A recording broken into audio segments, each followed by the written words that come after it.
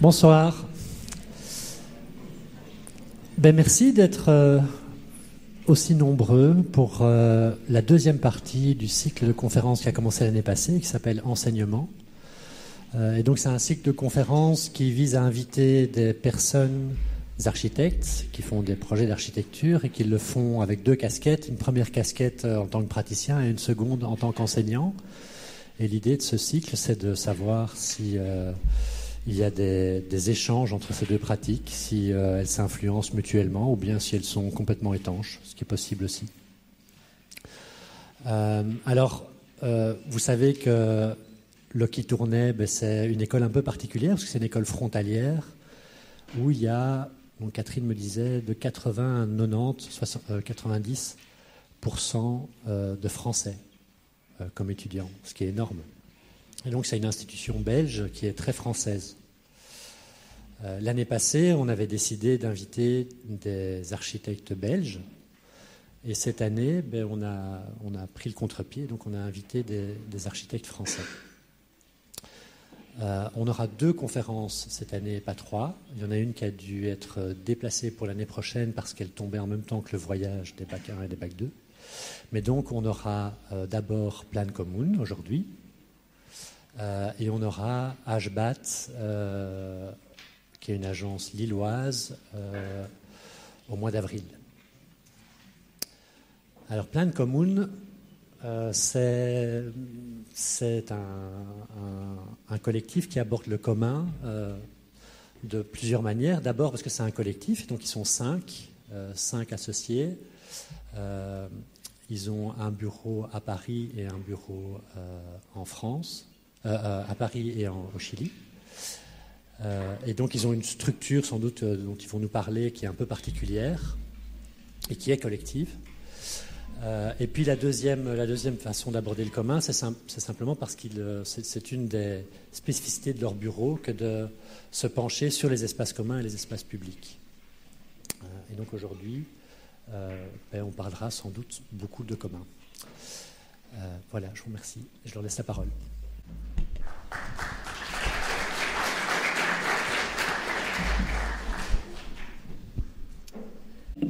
Bonjour à tous et tout d'abord merci pour cette invitation et merci, comme disait Martin, d'être si nombreux ce soir pour nous écouter.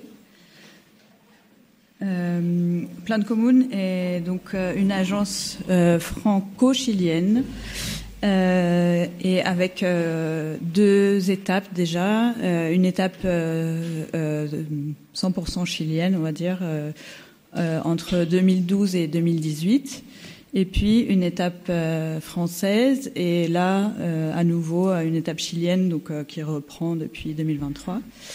Et en fait, le projet de Plan Commune, donc qui est l'agence d'architecture, est lié depuis toujours avec un autre projet en parallèle, qui est On Architecture, qui est une plateforme de streaming de vidéos d'architecture, donc de portraits de bâtiments et d'interviews d'architectes, et qui alimente en permanence ce que notre pratique et ce qu'on produit au sein de l'agence. Et donc, comme vous pouvez voir, il y a 2 des 3 associés originaux de Plan Commune qui sont les associés de On Architecture et qui produisent tout le contenu des vidéos. En fait, la production de l'agence, même s'il y a ce changement total de localisation à un moment donné en 2018-2019, il y a quand même une continuité, il y a une continuité totale dans la manière d'aborder le projet d'architecture et dans l'approche qu'on développe autour des communs avant tout. Plan Commune, il y a un peu un triptyque d'idées phare qui est le fait que l'architecture soit un champ de connaissances communs, donc qu'on pourrait rattacher en particulier à l'outil en architecture. L'architecture des communs qu'on va développer aujourd'hui et le sujet de la self-commission, les commandes générées par nous-mêmes. Et en fait, en architecture, c'est vraiment pour nous le terreau de référence et d'inspiration sur des manières de penser et de concevoir l'architecture, notamment avec le travail de Lacaton Vassal sur les logements et le fait cette idée d'espace en plus et de faire plus avec moins. La précision constructive de Architectes, l'engagement politique et de Dogma et en particulier de Aureli, ou le travail sur la réglementation et la capacité de produire sa propre commande de Arno Brandluber. Voilà, il y a énormément de références aussi d'autres architectes qui pratiquent pas forcément au sein d'une agence, mais qui sont dans le discours de l'architecture et dans la critique, comme Giovanna Borassi et Marc Angelil, qui est plus connu pour son travail de critique et d'enseignement. Et comme je disais, c'est à la fois des interviews d'architectes, donc c'est d'avoir un accès à la première personne au discours des architectes, mais aussi de connaître aussi à la première personne tout un tas de bâtiments et d'espaces totalement qui sont très inspirants pour nous, et notamment tout ce que produisent ces espaces en termes de commun et d'usage collectif, notamment la FAUSPI de Vila Artigas à São Paulo, le 24 de Mayo de Mendes da Rocha aussi à São Paulo. Il y a plusieurs exemples sud-américains qui sont pour nous très fondateurs. Et même dans le domaine de la maison individuelle, qui n'est pas forcément notre domaine de prédilection, notre cœur de métier, on a quand même des leçons à tirer, et que ce soit d'un point de vue constructif ou de définition des espaces, dans différents exemples qui font partie du corpus en architecture.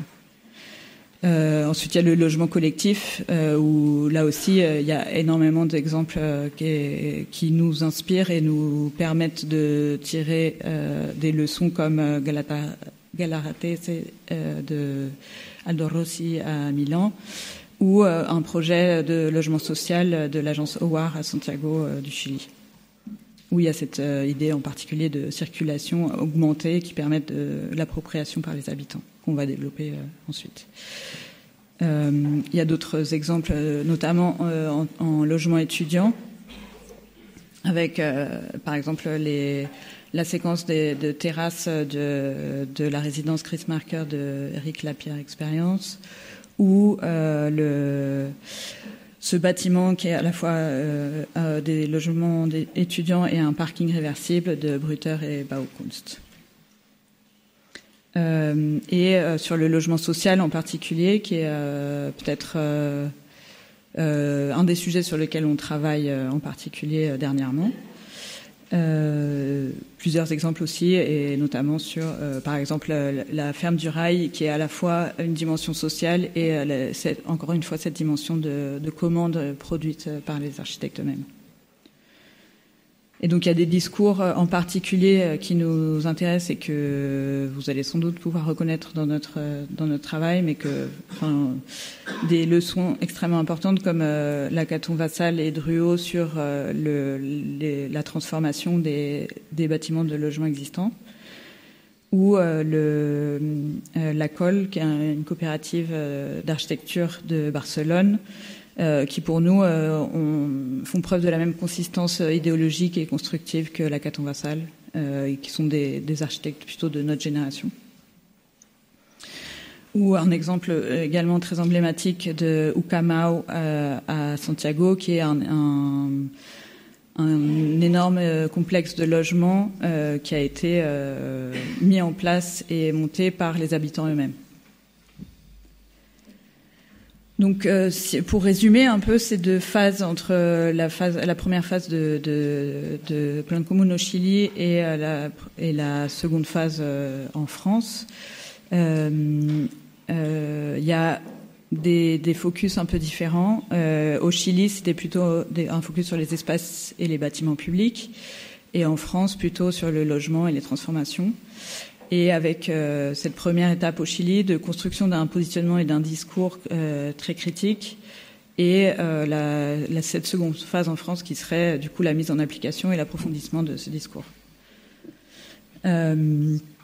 Cette posture et ce positionnement qu'on défend depuis le début avec Plan Común, il vient en réaction à quelque chose, un constat qui est fait, notamment sur le rôle de l'architecte dans un contexte socio-économique assez adverse, où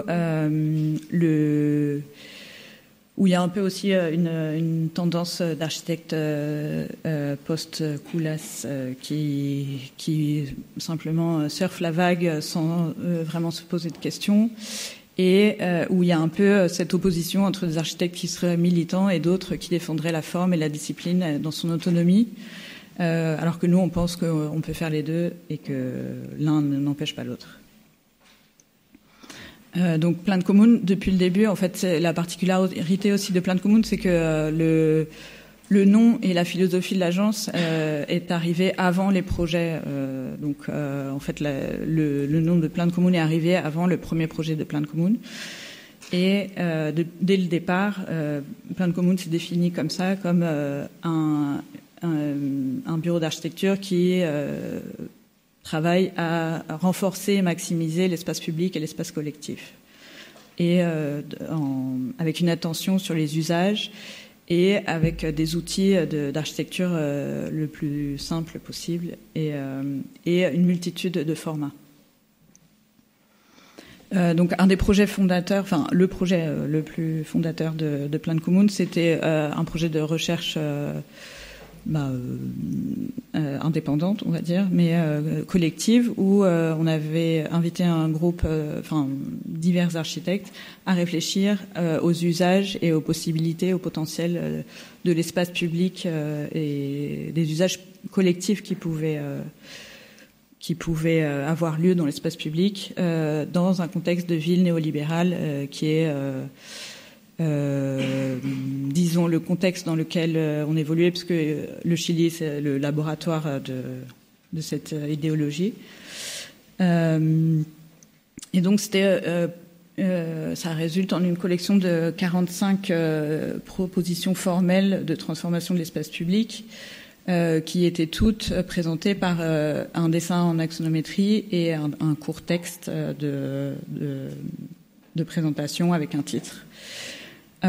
Et en fait, autant le résultat de ce projet que le processus sont pour nous fondateurs, puisque c'est un projet qui était totalement collectif, dans le sens où il y avait aussi cette volonté d'effacement de la propriété individuelle sur l'idée, puisque tout était discuté en groupe et tout était finalement le produit d'une intelligence collective.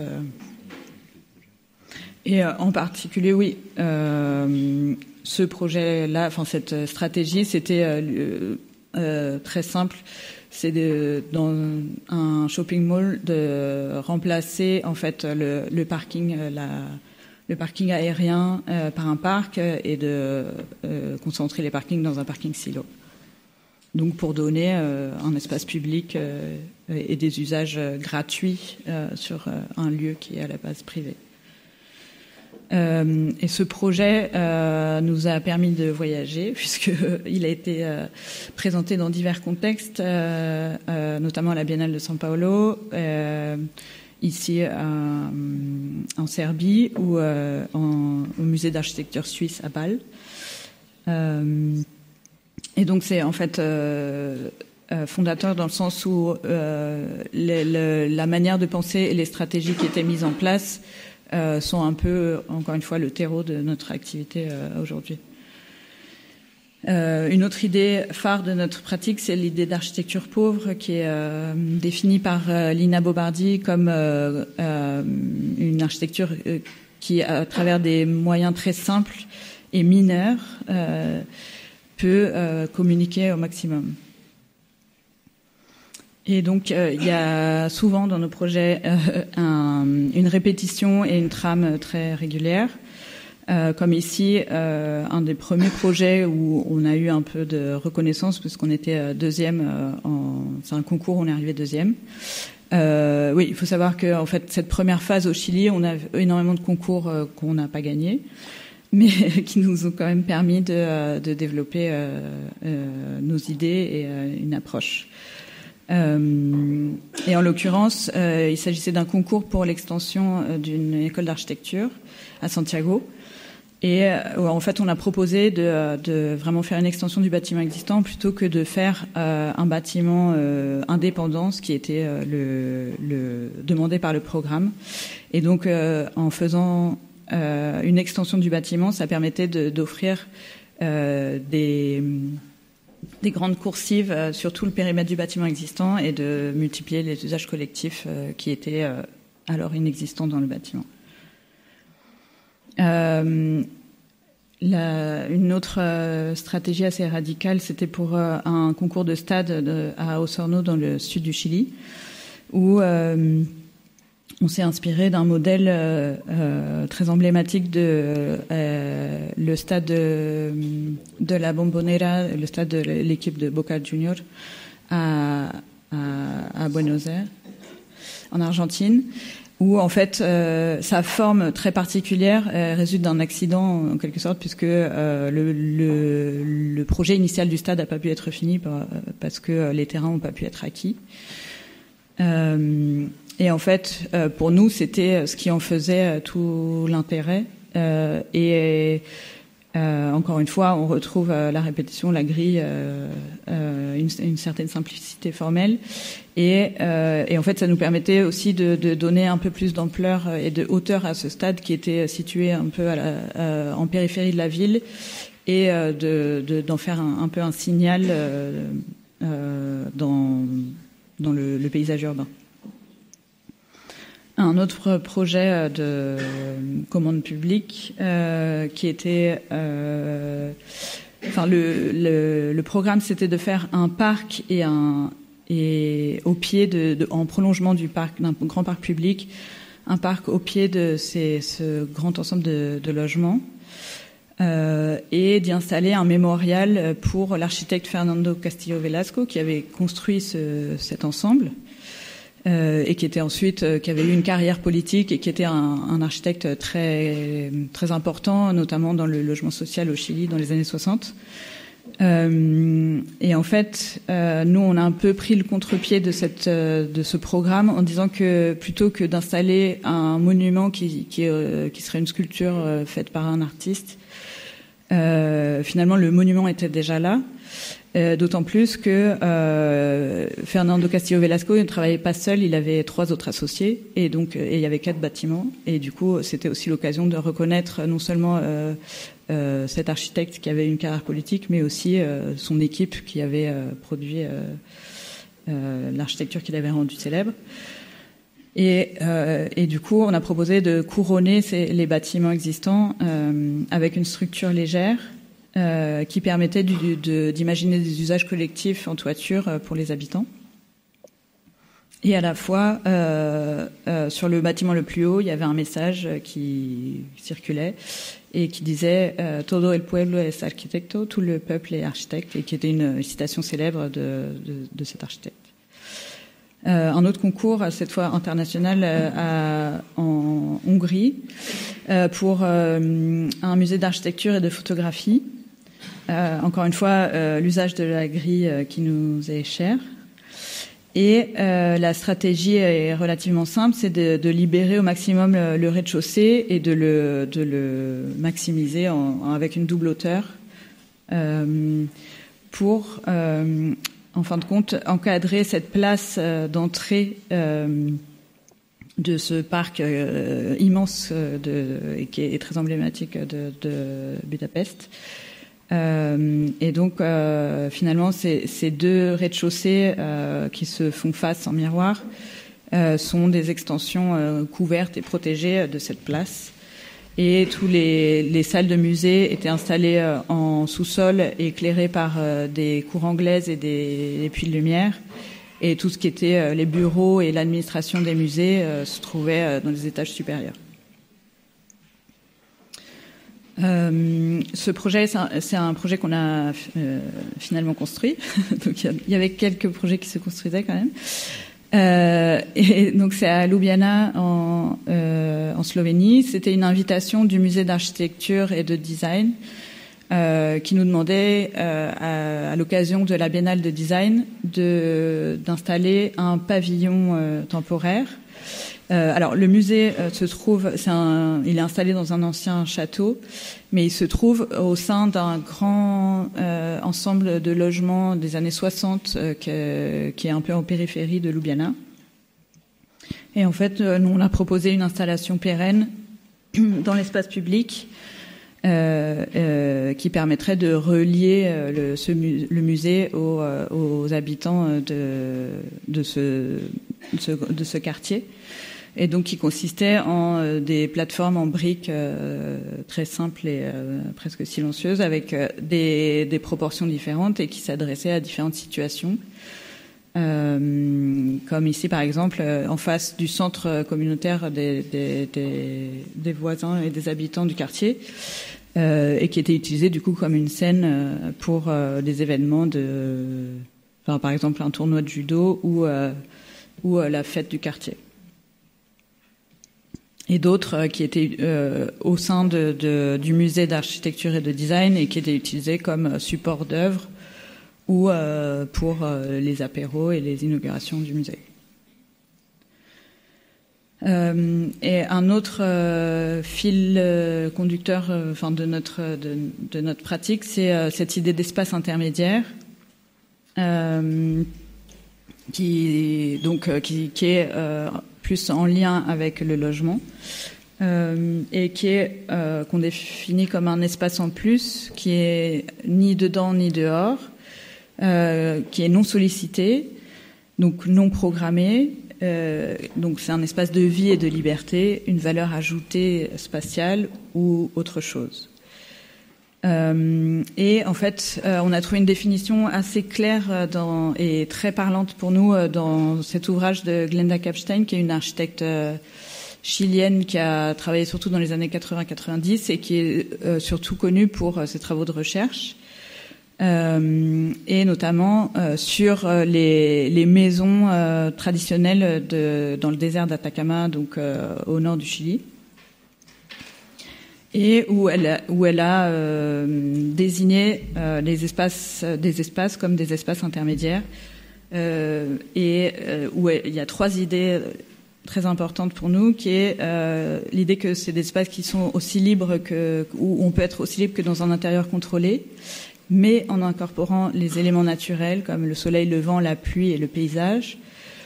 Donc cette idée d'être à cheval entre l'intérieur et l'extérieur, que ce soit un petit monde et que l'échelle et le caractère permettent la personnalisation et l'appropriation. Donc cette idée d'un espace non programmé qui permet une grande liberté d'usage. Je fais ça. Comme ça.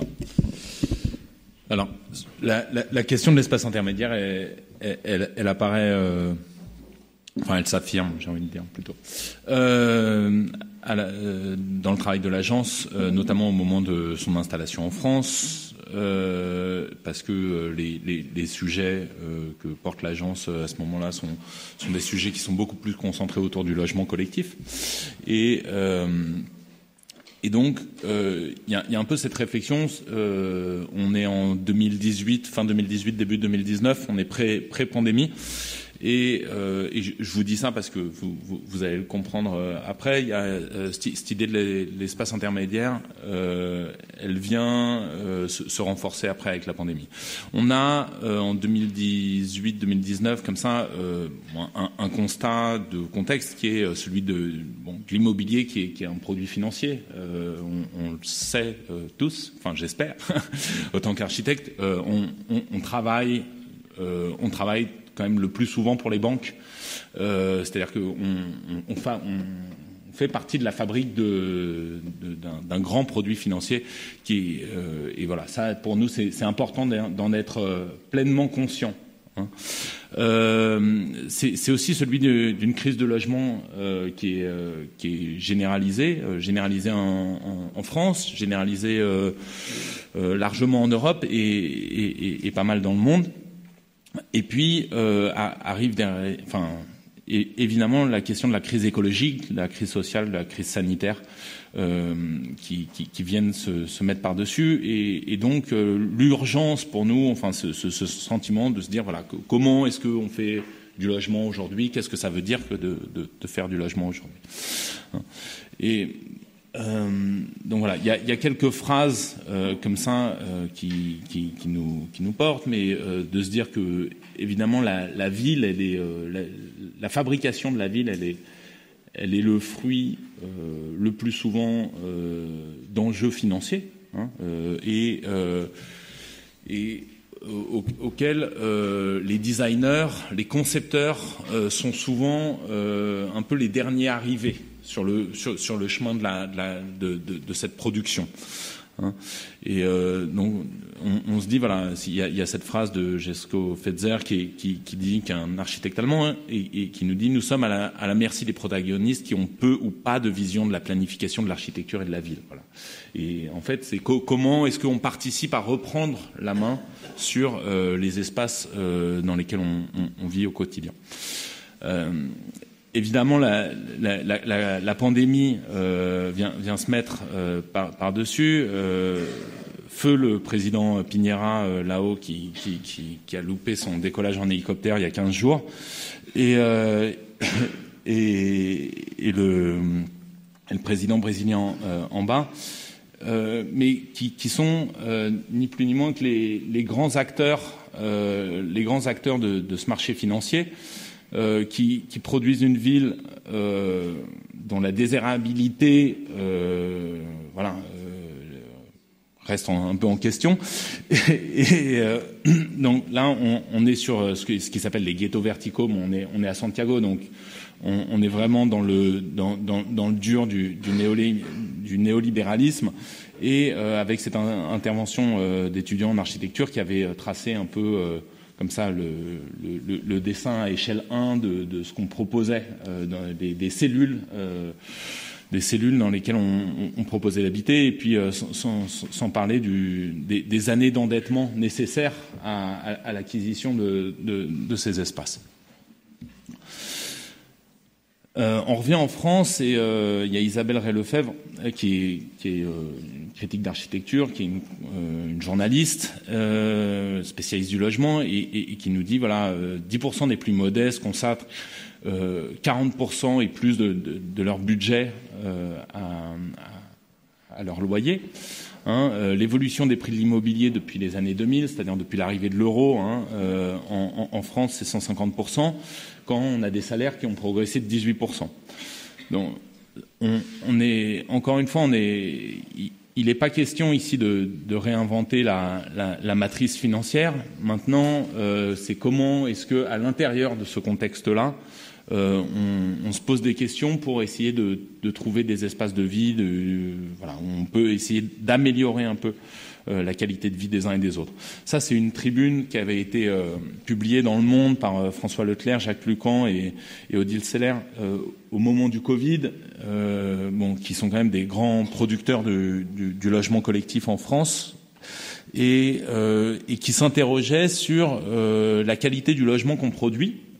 Sachant que aujourd'hui un T3 de moins de 60 mètres carrés c'est une famille avec enfants et puis voilà on grandit dans 58 mètres carrés voilà à des prix problématiques et avec une matrice financière qui propose peu d'autres alternatives. À l'intérieur de ça, nous, il y a des exemples et on repart en Amérique latine et il y a des exemples parce que c'est cette ville verticale qui est le Copan Building, qui est un bâtiment de Oscar Niemeyer et qui a été, je crois, un des plus grands bâtiments de logement au monde parce que c'est plus de 1000 appartements de 27 à 400 mètres carrés Ce Copan Building, il est comme ça sur sa façade nord, mais bon, le nord est au sud et le sud est au nord en Amérique latine. Mais il est tramé par ces grands brise-soleil. Il est tramé par ces grands brise-soleil sur toute sa façade. Et ces grands brise-soleil en béton, comme ça, deviennent une sorte d'espace intermédiaire. C'est-à-dire ça devient une espèce de micro-extension. Il y a 3 brises-soleil comme ça par niveau. Et d'un coup, ces appartements, les habitants viennent occuper ces espaces pour y faire autre chose et pour essayer de gagner un peu plus d'espace vital, en fait. Un peu plus de plaisir à l'intérieur de ce que peut proposer le logement. Et donc, si on doit se parler de cet espace intermédiaire, pour nous, c'est des formes et des définitions multiples. Évidemment, c'est un palier, c'est un atrium, c'est un patio, mais c'est pas une chambre, c'est pas un salon. Et ce qu'on se dit, c'est un actif, mais qui a pas de rendement. On peut pas faire d'argent dessus. Il appartient à personne. Il appartient à personne. Il est pas inutile. Il n'a pas un usage spécifique, mais on peut en faire plusieurs choses. Voilà. Et donc, c'est se dire, c'est un espace incertain qui ne rentre ni dans le bilan, ni dans le programme. Et donc, nous, c'est quelque chose qu'on va essayer d'aller chercher, c'est-à-dire qu'on reçoit un brief à chaque fois d'un client, c'est de se dire, comment est-ce qu'on essaye de pousser les murs un peu pour essayer de retrouver ces espaces intermédiaires et où est-ce que c'est acceptable pour le client et jusqu'à où on peut pousser un peu la limite de l'acceptabilité.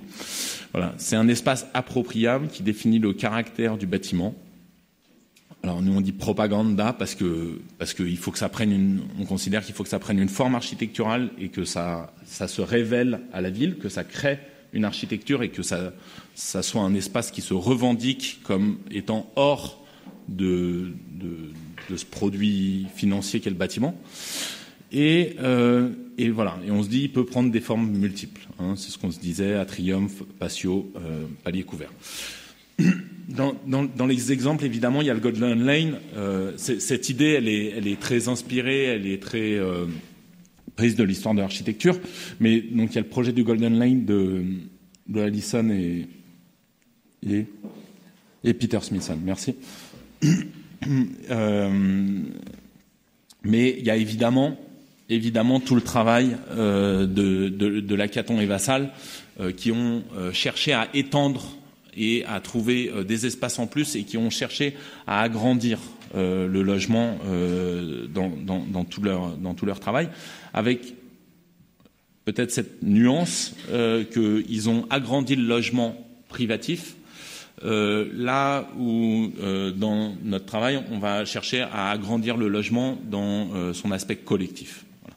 Il y a ici la cité Napoléon, qui est qui fait partie de la grande famille des projets des familles Lister et des projets très paternalistes comme ça de la fin du 19e, avec une espèce de grande générosité, une grande attention à la santé, à la lumière, sur le logement collectif. Et puis, beaucoup plus récemment, il y a la coopérative de la Borda, de la Colle, à Barcelone, qui propose comme ça des espaces collectifs d'exception et qui ont... voilà. Et, bon, ça c'est une phrase à eux où ils disent « Voir comment le bâtiment s'est comporté pendant voir comment le bâtiment s'est comporté pendant la pandémie ».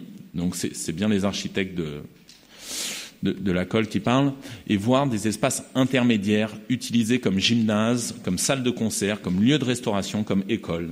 Nous avons eu l'occasion d'examiner certains protocoles d'entretien, d'utilisation, de nettoyage, d'entraide. Voilà. Parce que c'est des lieux qui nécessairement concentrent un certain nombre d'interactions sociales, et c'est aussi évidemment des espaces de négociation entre les habitants. Même confinés, on peut établir certains types de relations. Voilà. Parce que ils ont livré juste avant le confinement là-bas, et donc évidemment ils ont eu l'expérience de ces espaces intermédiaires pendant le confinement. Ça c'est un des peut-être le premier projet fondateur de l'agence où on a pu expérimenter ce... Oui, en fait, c'est le premier projet où on a pu effectivement développer cette idée d'espace intermédiaire dans le logement collectif, qui est un projet qu'on a gagné, c'est un concours qu'on a gagné en 2019 et dont le chantier doit démarrer cette année. Et donc le projet, ici c'est une maquette qu'on avait produite pour une exposition à Milan et en réalité pour nous la maquette du bâtiment c'était la maquette des espaces intermédiaires posés sur le plan du bâtiment. Et ces espaces, pour compléter la définition qu'en donnait Nissim, c'est aussi le fait qu'ils soient liés au parcours quotidien des habitants et donc au système de circulation des logements. Et en l'occurrence, il s'agit de paliers de circulation, je vais développer après, mais de paliers de circulation pour accéder au logement. Et donc le client de ce projet, c'est un bailleur social. Donc c'est un des bailleurs sociaux les plus importants à Paris et en France, qui est un des plus ambitieux et des plus. Donc c'est une entité semi-publique dont la ville de Paris est le principal actionnaire.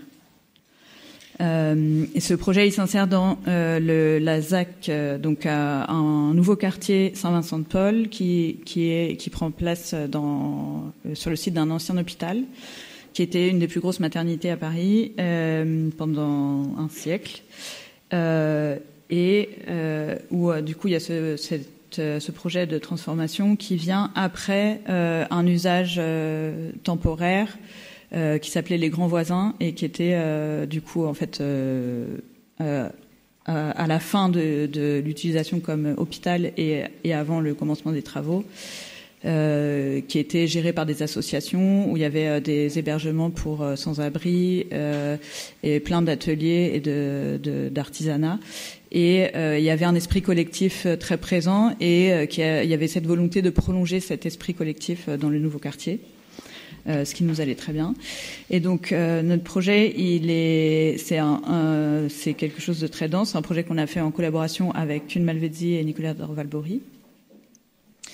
Et par sa forme urbaine, il est un peu à cheval entre un bâtiment îlot et 5 plots séparés.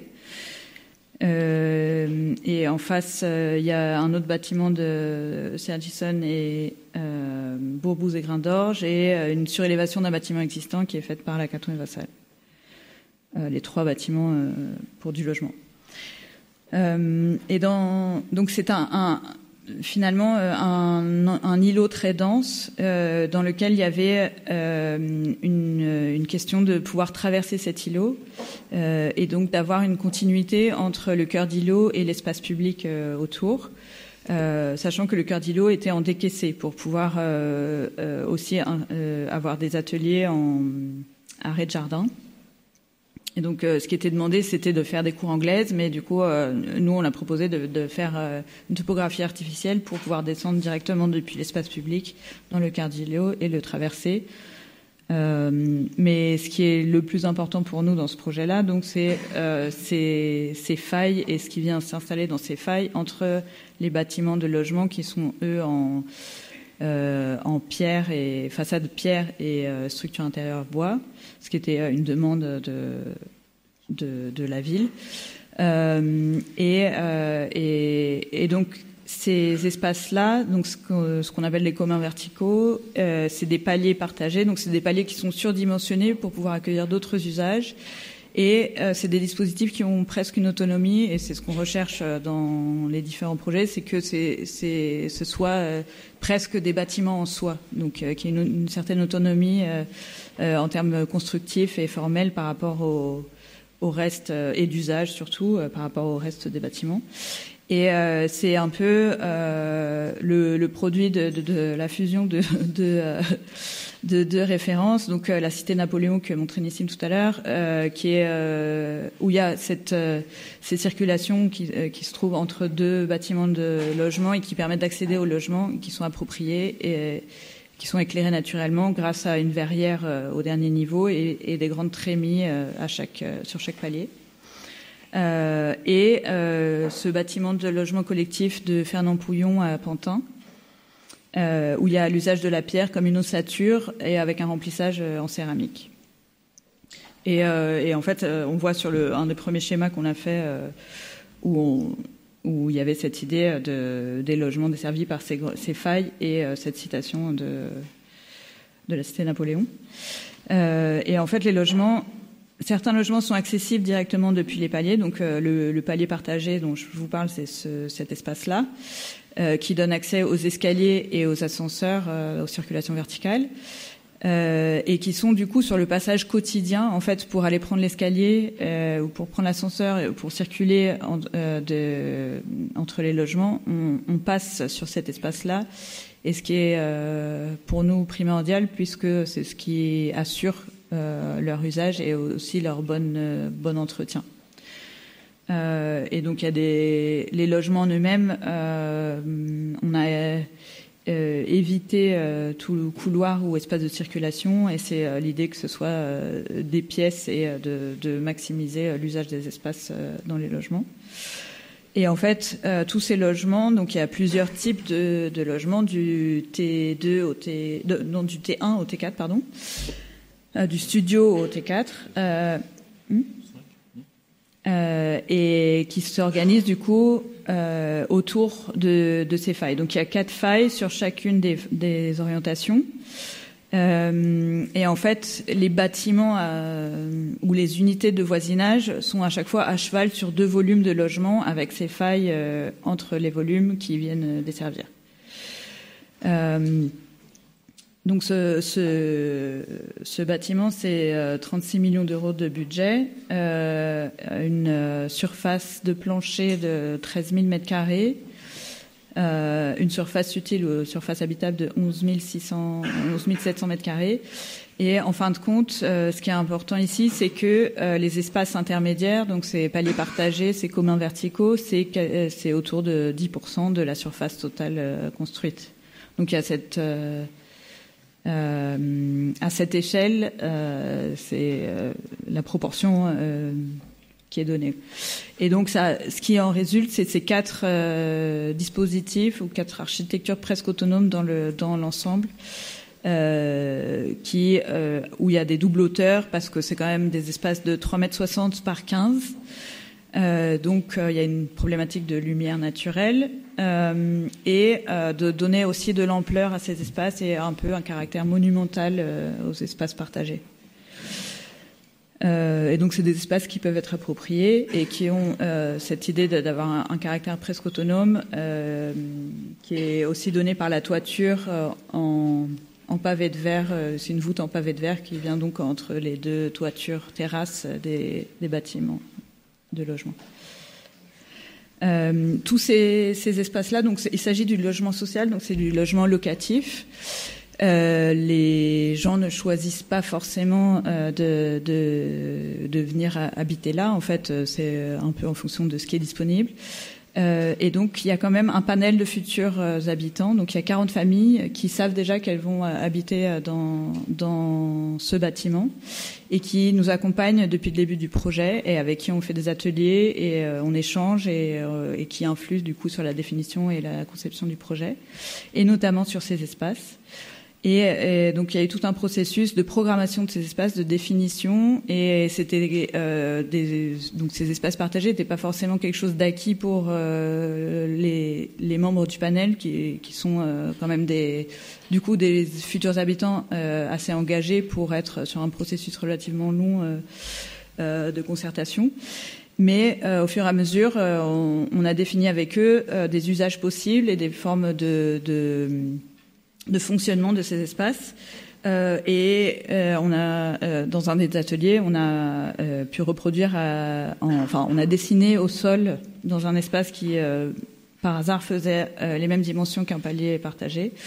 On a dessiné le plan au sol et ça nous a permis à tous, à nous aussi en fait, de nous rendre compte de comment pouvaient fonctionner ces espaces, sachant que c'est des espaces de circulation, donc il y a aussi toute une problématique de sécurité incendie. Et en fait, ce qui est délimité en pointillé sur le sol, c'est et ce qui devrait être délimité dans le bâtiment construit, c'est l'espace d'usage par rapport à l'espace de circulation qui doit être libre de tout objet, parce que c'est évacuation incendie. Et donc, on a défini avec les habitants, les futurs habitants, un ensemble de mobilier fixe et d'équipements pour chacun des paliers. Et en fait, il y a des équipements. Ce qui est en vert, c'est les équipements communs à tous les paliers. Et après, ce qui est en bleu, ça varie en fonction des paliers. Donc, il y a finalement, c'est du mobilier qui caractérise plus ou moins les différents paliers, qui leur donne une programmation possible en fait sans les programmer. Donc par exemple une table de ping-pong, il y a certains paliers où il y a une table de ping-pong qui est fixe et qui peut servir donc à jouer au ping-pong, mais aussi en fait à faire un dîner, à boire l'apéro, et en fait ça reste une table et c'est un mobilier suffisamment flexible pour accueillir d'autres usages.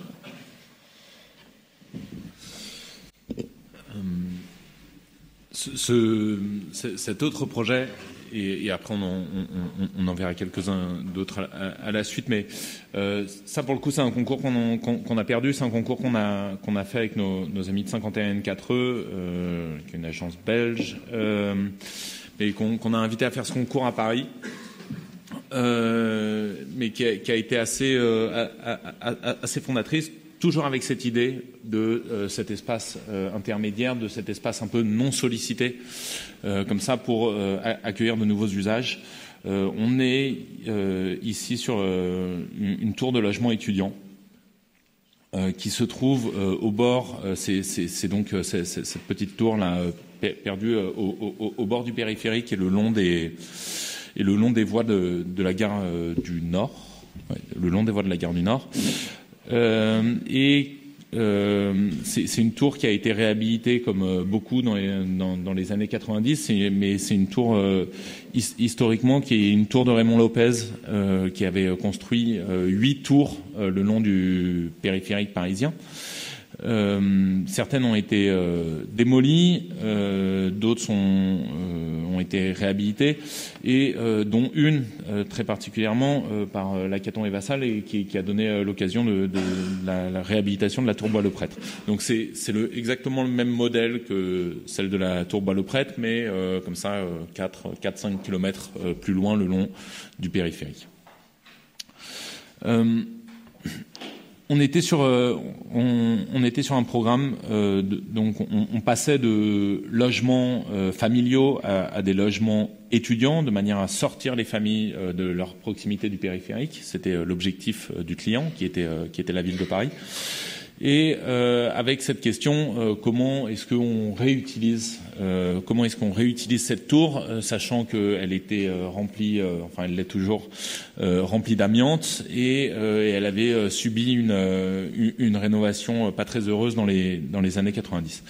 Et donc l'attitude qu'on a eue par rapport à ça, ce que vous voyez en rouge, c'est l'intégralité des gaines, c'est-à-dire l'intégralité des trous qui ont été faites dans le gros œuvre.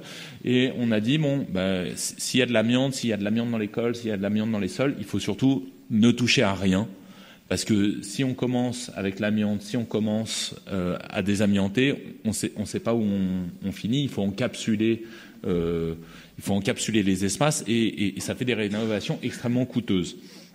Donc on a dit, on touche le minimum, on touche à rien du gros œuvre. Et donc on a réutilisé, on a proposé de réutiliser l'intégralité de la structure telle qu'elle était. Et donc, qui dit la réutilisation du gros œuvre telle qu'elle est, ça veut dire l'idée étant de travailler par addition plutôt que en enlevant des éléments de la structure. Donc sur les deux grandes façades est et ouest en bleu, on a les extensions des espaces étudiants, et sur les espaces en vert, c'est-à-dire sud et nord, on a tout ce qui est des espaces intermédiaires. Donc on a le périmètre historique de la tour, hein, et donc il était quand même question. On a une rue au milieu qui est la rue historique de Raymond Lopez, avec un dispositif en demi-niveau. Donc on a une sorte de rue comme ça qui traverse du nord au sud le bâtiment, qui historiquement avait des ascenseurs au centre. Nous on proposait d'enlever les ascenseurs pour exporter toutes les circulations verticales à l'extérieur du bâtiment sur ces nouvelles extensions. Ces nouvelles extensions et ces nouvelles circulations, elles nous permettaient de proposer des paliers partagés. On voit, ouais. On voit des paliers partagés, et donc de flanquer des extensions au nord et au sud. Au sud, donc on est au nord de Paris, donc quand on regarde au sud, on regarde la ville historique, on regarde Montmartre, et on a une magnifique exposition. Donc on proposait des grandes terrasses à ciel ouvert, et au nord, face périphérique, face à ce que nous on nomme un peu la ville du futur, c'est-à-dire face au 93, face à la ville nouvelle, on proposait un espèce de gigantesque jardin d'hiver sur l'intégralité de la façade de la tour, et laissant aux étudiants les façades est et ouest, avec une nouvelle façade permettant de créer un bureau et de gérer toutes les problématiques de qualité de l'air. On est au bord du périphérique, on a une qualité de l'air, on a une qualité acoustique qui sont relativement difficiles, et donc on a besoin d'une façade un peu épaisse pour gérer et filtrer aussi bien le bruit que l'air ambiant. Ça donne donc au sud ces grandes terrasses comme ça sur toute la hauteur de la tour, et au nord des espaces totalement d'une autre qualité, et avec la vue sur le paysage des rails et le paysage de la banlieue. Voilà. C'est les images de cette tour face au périphérique, avec ces circulations verticales qui viennent être exportées et qui viennent donner le nouveau caractère, le nouveau caractère de la nouvelle identité, merci, de cette tour face au périphérique.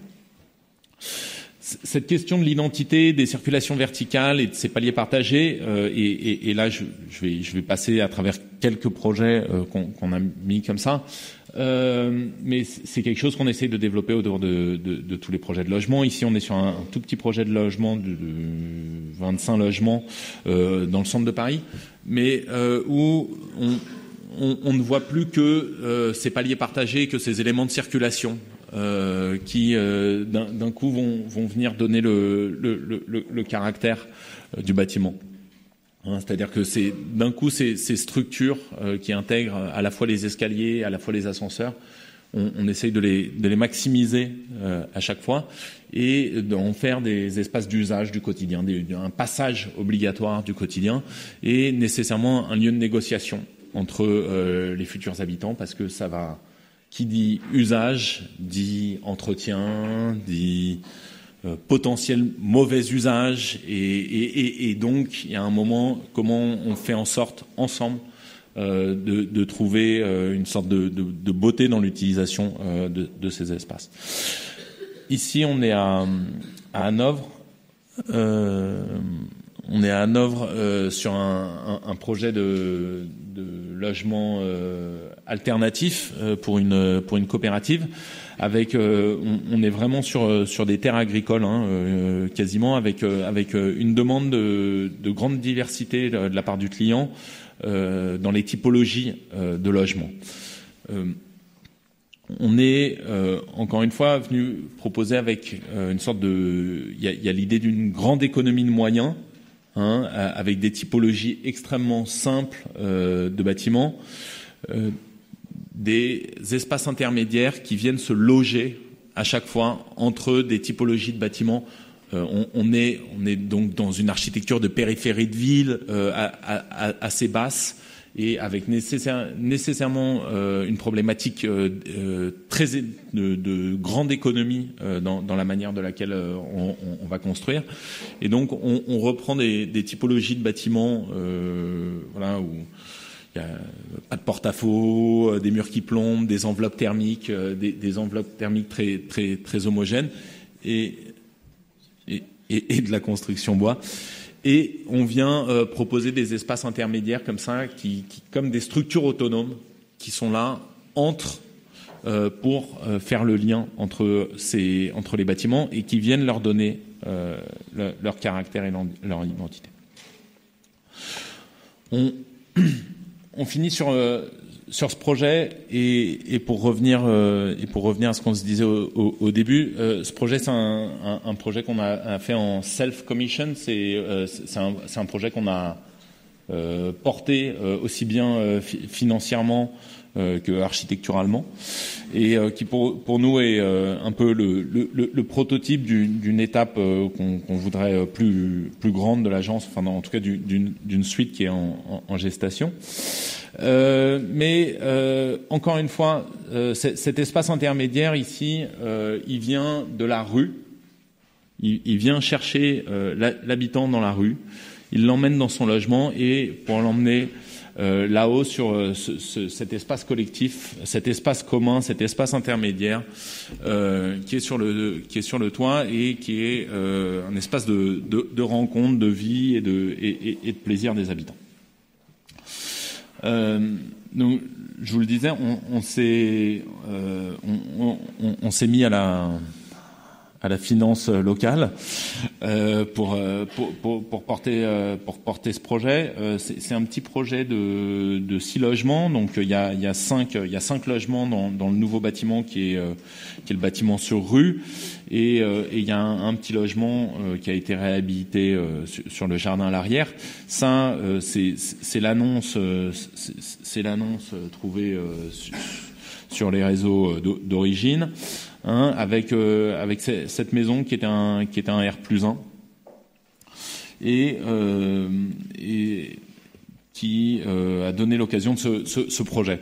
Donc on est sur cette parcelle qui est une parcelle carrée. On a une parcelle carrée qui fait à peu près 15 mètres par 17. On est en périphérie nord de la ville de Paris, à 5 minutes en vélo et un quart d'heure à pied du parc de la Villette. Et je parle du parc de la Villette parce qu'en fait c'est l'ancien quartier des bouchers des abattoirs de la Villette. La Villette c'était le quartier c'était le quartier des abattoirs de Paris. Et donc dans ce quartier habitaient les ouvriers des abattoirs. Donc on est sur un tissu sur un tissu ouvrier assez bas, majoritairement en R+1 et puis entouré de zones d'activité relativement autour et avec un PLU qui a évolué ces dernières années et qui permet une certaine densification de ce quartier et donc il permet notamment de construire relativement haut entre guillemets par rapport aux avoisinants. Il y a 2 fois la même. Ouais. Et en fait, quand on a commencé à travailler les premières faisabilités autour de ce projet, on s'est dit mais on vient s'insérer dans un tissu qui est relativement bas. Si on met un R+3 comme ça plein pot à côté des voisins, à côté des petites parcelles des voisins, on s'est dit c'est une relation assez agressive en fait par rapport au voisinage. Et donc c'est là où on a dit bon ben peut-être qu'en fait il faut que ce toit ça soit autre chose. Peut-être que voilà. Et donc c'est là où on dit voilà form follows attitude. Et c'était pour nous ça a été pour nous l'occasion, c'est-à-dire cette espèce de degré qu'il y avait entre la capacité, l'autorisation qu'on pouvait avoir de construire et ce qu'on avait vraiment envie de faire, c'est comment est-ce qu'on trouve un équilibre et notamment évidemment un équilibre financier dans tout ça, parce que qui dit construire moins dit moins de recettes, dit un équilibre financier qui est évidemment plus difficile. Voilà, donc on a construit sur rue ce petit bâtiment R+2 qu'on a voulu extrêmement simple notamment dans sa méthodologie de construction. On était en pleine pandémie avec une certaine crise des matériaux. Et avec une question en se disant comment on construit, il avait été question à un moment de le construire en bois et on a voulu revenir à des méthodologies de construction un peu les plus basiques. Donc on est en poteau dalle béton et avec un remplissage en briques. Ici, on est dans le hall qui est un peu le lieu d'accueil entre la rue et le logement, et on a voulu un peu ouvrir et laisser ouvert, un peu mélanger aussi bien le local vélo que l'entrée que les espaces de distribution, et garder une transparence entre la rue et le jardin qui est au bout. Comme je vous disais, ce projet, on l'a voulu très simple, et on l'a voulu aussi très, très simple dans son expression, c'est-à-dire que c'est vraiment une question pour nous d'assemblage presque de matériaux, de juxtaposition et d'assemblage de matériaux. Donc, on est en poteau dalle béton, en remplissage en briques, d'ailleurs en briques de réemploi, et avec cette serre qui est sur le toit, qui est une serre qui est faite intégralement en bois. Voilà. Donc, les dalles sont faites en plancher ourdi. On est sur une toute petite parcelle de 15 mètres par 14 et sur une toute petite économie de projet. Donc la question de la grue ne pouvait pas se poser, c'est-à-dire on est trop petit économiquement pour avoir une grue, donc c'est un moment où on se dit mais quels sont les éléments de construction qui font qu'on est manuportable, c'est-à-dire c'est les gars sur le chantier qui portent élément par élément. Au mieux on a un treuil, mais en aucun cas on a une grue, et donc tous les éléments doivent pouvoir être portés par deux gars simultanément, mais pas plus. Donc, d'où un peu la question de ces poutrelles ourdies et des constructions en parpaing. Ça, c'est l'intérieur des 4 des 6 logements aujourd'hui. On a voulu évidemment beaucoup de lumière, beaucoup des belles hauteurs sous plafond, et puis voilà, épurer au maximum en termes de matériaux. Je vous le disais tout à l'heure, on est en briques de réemploi, et ça c'est plus une tradition belge qu'une tradition française, parce que en France personne l'avait fait encore à ce moment-là. Alors maintenant c'est vachement en train de se développer. Par contre, en Belgique, ça se fait depuis plus de 30 ans, et il y a des vraies filières industrielles de recyclage de la brique. Donc on est venu chercher nos briques en banlieue bruxelloise, on les a fait tester, on les a fait rentrer dans le cadre de la réglementation constructive française.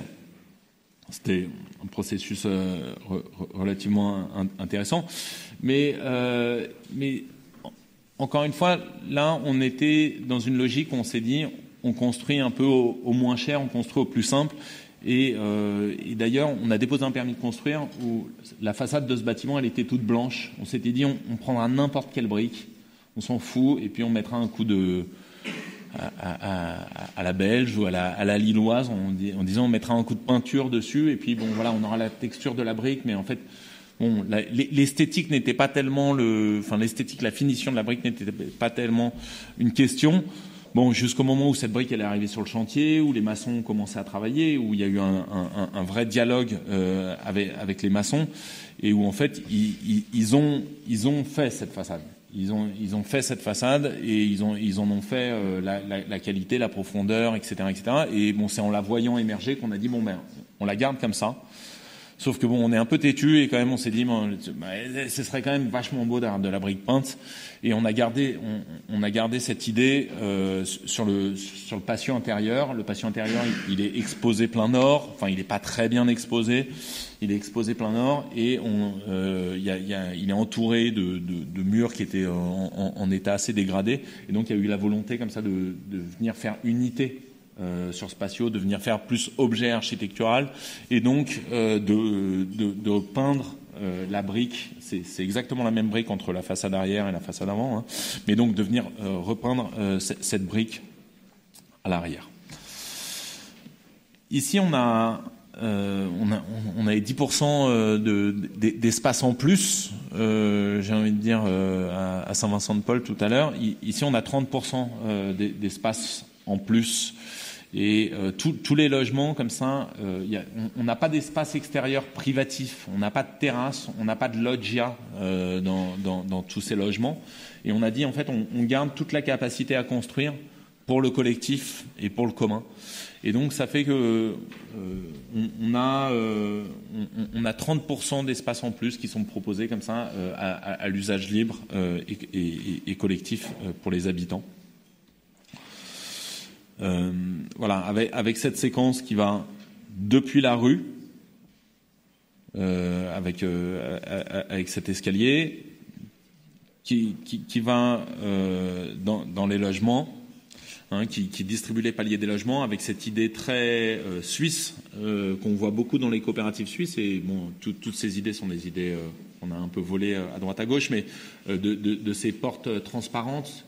En se disant en fait il y a une espèce de prolongation de l'espace privatif dans les communs et vice versa, et c'est l'idée étant de donner de la profondeur à ces communs, c'est-à-dire on passe pas devant des portes aveugles mais plutôt, alors il y a plein de gens qui ont mis des manteaux, des rideaux, etc., mais malgré tout il y a de la lumière et on est dans des parties communes qui sont habitées au quotidien. Et puis pour arriver sur ce toit partagé qui est à la fois une buanderie, mais qui est une salle des fêtes, mais qui est une cuisine et une sorte de jardin. Voilà. Ce projet, on le doit beaucoup à beaucoup de gens, notamment aux maçons, notamment aux métalliers. Tout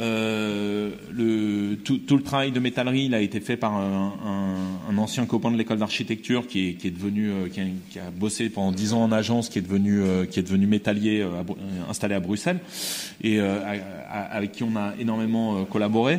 Mais et tout ça pour revenir à ce qu'on se disait au début, pour nous, il y a le self-commission, il y a cet espace intermédiaire et ces espaces de commun, mais il y a aussi tout ce qu'on fait en commun et tout ce travail de collaboration, de travail entre les agences, aussi bien quand on travaille avec des gens comme 51N4E ou quand on travaille avec les gens qui sont métalliers ou maçons. Voilà. Et peut-être c'est une des dernières images, mais avec cette idée de propagande, l'idée du besoin que l'architecture exprime cette idée, exprime l'idée des communs, et puis qu'elle puisse être aussi le réceptacle de beaucoup de curiosité, parce qu'il y a des visites assez régulières dans ce lieu, mais qui devient aussi un lieu d'échange et de dialogue. Voilà. Voilà. Donc voilà. Et ce que je vous disais tout à l'heure, ceci est un prototype pour nous d'une aventure qu'on est en train de monter, qui se veut être une aventure plus large de comment est-ce que, à une autre échelle, on arrive à proposer une autre manière d'habiter, qui propose des logements plus qualitatifs sans remettre en question l'équation financière de base à laquelle on a évidemment pas accès. On finit juste sur cette image, mais qui est un projet qu'on est en train de développer, qui est un projet qu'on a gagné cette année en Albanie avec 51N4E et qui est un projet de stade à Durrës en Albanie avec tout le quartier, tout le développement urbain qui va autour et où on s'est beaucoup posé la question quand on nous a proposé de partir sur un concours de stade en se disant mais est-ce que vraiment on a envie de faire un stade et qu'est-ce que ça veut dire de faire un stade en 2020 c'est-à-dire c'est une structure qui va être occupée quelques heures par semaine et donc qu'est-ce que ça offre à la ville et du coup on est très heureux parce c'est un projet qui a gagné, sur lequel on est en train de travailler, mais où toute la question a été de réinterroger le brief de départ et de se dire il faut que ce stade soit un parc et soit autre chose et devienne un peu de l'espace intermédiaire comme ça à l'échelle de la ville. Voilà.